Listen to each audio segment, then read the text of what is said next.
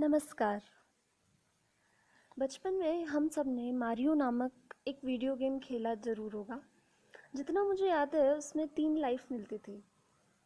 हम गेम की शुरुआत करते थे और कहीं गलती करते हुए अगर आउट हो जाते तो 2 लाइफ और मिल जाती थी और फिर हम पूरी सतर्कता के साथ खेलते थे कि अब वो गलती वापस नहीं दोहरानी है। कभी कभी व्यक्ति जीवन में इतनी बड़ी गलतियां कर बैठता है कि उसे लगता है कि काश हमारी असली ज़िंदगी में भी कुछ एक्स्ट्रा लाइफ का ऑप्शन होता। कभी कभी इंसान ऐसे गलत निर्णय ले लेता है कि पीछे लौटना नामुमकिन हो जाता है। तब ऐसा लगता है कि काश एक और ज़िंदगी मिल जाए, सब कुछ शुरू से शुरू कर पाएँ। ऐसा ही कुछ हो रहा है हमारी आज की कहानी के नायक प्रकाश के साथ। तो दोस्तों, मैं हूँ दीक्षा शर्मा। दक्षायनी चैनल में आपका हार्दिक स्वागत है और हमारी आज की कहानी है एक और ज़िंदगी। ये कहानी मोहन राकेश नामक एक प्रसिद्ध रचनाकार द्वारा लिखी गई कहानी है। मोहन राकेश जी ने सदैव स्त्री पुरुषों के टूटते संबंधों पर लिखा है। महानगरों के जीवन में एक तो वैसे ही व्यक्ति या तो अकेला रहता है या फिर एकल परिवार में रहता है। उसमें भी यदि मनमुटाव हो जाए तो व्यक्ति पूरी तरह से अकेला हो जाता है। संबंधों की इसी टूटन को और इसी अकेलेपन को मोहन राकेश जी ने अपनी कहानियों और नाटकों में दिखाया है। आषाढ़ का एक दिन नामक नाटक में भी कालिदास और मल्लिका के मध्य इसी संबंध अभाव को दर्शाया गया था। आषाढ़ का एक दिन नाटक पहले ही हमारे चैनल पर अपलोड किया जा चुका है, आप उसे हमारे चैनल पर सुन सकते हैं। तो चलिए शुरू करते हैं आज का किस्सा। कहानी का नायक है प्रकाश। प्रकाश ने कई वर्षों पूर्व बीना नाम की एक युवती से विवाह किया था। बीना एक काफ़ी सशक्त नारी है जो हर परिस्थिति का मुकाबला अकेले कर सकती है। वो प्रकाश के बराबर पढ़ी लिखी है, उससे ज़्यादा कमाती है। कुल मिलाकर उसे एक नए युग की नारी कहा जा सकता है। वो किसी भी कीमत पर अपनी स्वतंत्रता से समझौता नहीं करना चाहती थी। दोनों अलग अलग जगह नौकरी करते थे, इसलिए उनके बीच विवाह के पश्चात भी कभी भी वो स्नेह का बंधन बन ही नहीं पाया जो परस्पर बांधे रखता है। अंततः कुछ विवाद के पश्चात वे तलाक लेकर अलग हो जाते हैं और उनके बच्चे पलाश, जिसे कहानी में पाशी कहकर संबोधित किया गया है, तो वो पलाश की कस्टडी बीना को मिल जाती है। इसके बाद में प्रकाश काफ़ी अकेला हो जाता है और जब वो अपना अकेलापन दूर करने के लिए फिर से शादी करने का विचार मन में लाता है तो उसे भय लगने लगता है कि कहीं पुनः गलत निर्णय ना ले बैठे। लेकिन वो हिम्मत जुटाकर निर्णय लेता है और अपने निर्णय को सही बनाने के लिए सोचता है कि इस बार वो एक ऐसी युवती से विवाह करेगा जो हर दृष्टि से बीना के विपरीत हो, जो बिल्कुल भी सशक्त ना हो, पूरी तरह से प्रकाश पर निर्भर हो। ये सोचकर वो अपने दोस्त जुनेजा की छोटी बहन निर्मला से विवाह करता है, जो काफ़ी सुंदर है। लेकिन प्रकाश ज़्यादा जांच पड़ताल नहीं करता है और विवाह कर लेता है। लेकिन विवाह के पश्चात उसे ज्ञात होता है कि निर्मला मानसिक रूप से विक्षिप्त है। निर्मला किसी भी बात पर हंसती तो हंसती चली जाती, रोने लगती तो रोती चली जाती, फिर अचानक हंस पड़ती, कभी कहती तुम कौन हो, मैं कौन हूँ, मुझे यहाँ क्यों लाए हो, कभी खुद को देवी का अवतार समझने लगती।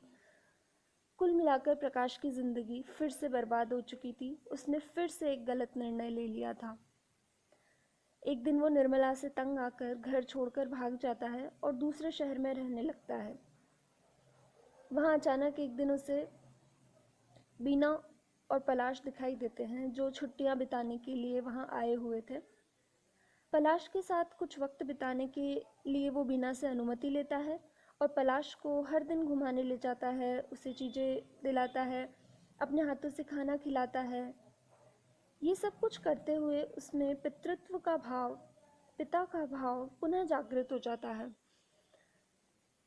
किंतु एक दिन पलाश और बीना छुट्टियां खत्म होते ही वापस चले जाते हैं और वो फिर से निराशा और अकेलेपन में डूब जाता है और सोचता है कि काश एक और ज़िंदगी मिल जाए जहां वो सब कुछ शुरू से शुरू कर सके। इस बिंदु पर कहानी समाप्त होती है।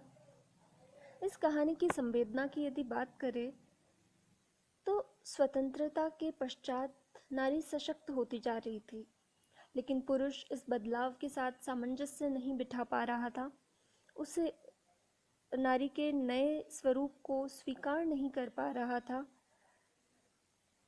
इस असमंजस का अनिवार्य परिणाम था संबंधों की टूटन, विवाह विच्छेद, तलाक। इसी कारण उस समय जो कहानियाँ लिखी गई थी उनमें ये संबंधों का अभाव स्पष्ट रूप से परिलक्षित होता है।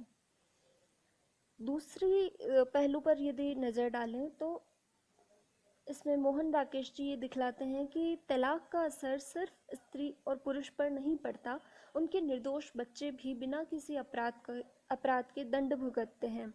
पलाश के साथ भी यही हुआ था। वो बिना किसी अपराध के ही अपने पिता के असीम स्नेह से वंचित हो जाता है। इसे मोहन राकेश जी ने कुछ इस प्रकार दर्शाया है कि जब बीना और प्रकाश कोर्ट में तलाक के कागज़ पर हस्ताक्षर करते हैं तो उसी समय गलती से एक चिड़िया का बच्चा अंदर रूम में आ जाता है और पंखे से उसका पंख कट जाता है, वो नीचे गिर जाता है। हालांकि वो जीवित है लेकिन उसके पंख कट चुके हैं। सोचिए बिना पंखों की चिड़िया कैसे जिएगी। इससे अच्छा तो वो शायद मर जाती। यही पलाश के साथ होता है। किसी भी बच्चे के जीवन में माता पिता दोनों की भूमिका अत्यंत महत्वपूर्ण होती है। कहानी के तीसरे पक्ष की यदि बात करें तो महानगरों में जो अकेलापन होता है और उस अकेलेपन में भी यदि व्यक्ति के जो एक दो खास संबंध होते हैं उनमें भी यदि मनमुटाव हो जाए तो स्थिति कितनी बुरी हो सकती है। व्यक्ति अकेलेपन से घिर जाता है, मानसिक रोग हो जाते हैं, आत्महत्या तक की नौबत आ जाती है। ऐसे बिंदुओं को भी उन्होंने उठाया है।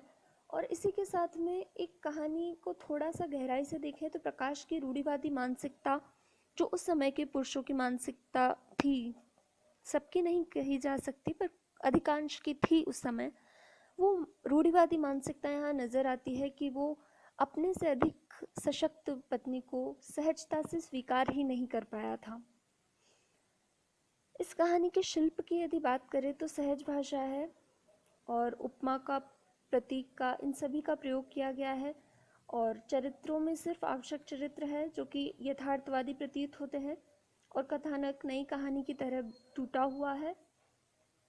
मोहन राकेश जी की रचनाओं में स्त्री पात्र सदैव पुरुष पात्रों से अधिक सशक्त रहे हैं। चाहे आषाढ़ का एक दिन की बात करें जिसमें मल्लिका कालिदास से अधिक सशक्त है, या फिर चाहे एक और ज़िंदगी की बात करें जिसमें बीना से अधिक सशक्त ना हो पाने के कारण प्रकाश उसे स्वीकार नहीं कर पाता। यहाँ भी मोहन राकेश जी ने बीना को अधिक सशक्त बताया है। जब भी आपको फुर्सत के कुछ पल मिले ये कहानी अवश्य पढ़िएगा। इस कहानी को पढ़कर सचमुच यही आभास होता है कि जीवन में निर्णय बहुत सोच समझकर किए जाने चाहिए। मारवाड़ी में एक कहावत है कि होड़ा होड़ी मैं गोडा फोड़ी। इसका अर्थ है कि किसी की नकल करने के बजाय हमें अपने सामर्थ्य, अपनी प्रतिभा के अनुसार, अपनी परिस्थितियों के अनुसार अपना खुद का निर्णय लेना चाहिए। क्योंकि बतख के पैरों की बनावट ऐसी है कि वो तैरने के लिए बने हैं और चीता के पैरों की बनावट ऐसी है कि वो दौड़ने के लिए बने हैं। हम बतख से चीता की तरह दौड़ने की अपेक्षा नहीं कर सकते और चीता से बतख की तरह तैरने की अपेक्षा नहीं रख सकते। और कोई भी निर्णय 100% परफेक्ट कभी भी नहीं हो सकता। इसलिए अपने जीवन में सबसे अधिक महत्व प्रसन्नता को दिया जाना चाहिए। आपकी प्रसन्नता किसमें है ये आपका हृदय जानता है। अपने हृदय से पूछ कर निर्णय लीजिए क्योंकि एक और ज़िंदगी नहीं मिलेगी। तो ये था हमारा आज का किस्सा। अगर आपको ये किस्सा पसंद आया हो तो चैनल को सब्सक्राइब करना ना भूलें, वीडियो को लाइक करना ना भूलें। मिलते हैं अगली कहानी में, तब तक के लिए अलविदा, धन्यवाद, जय हिंद।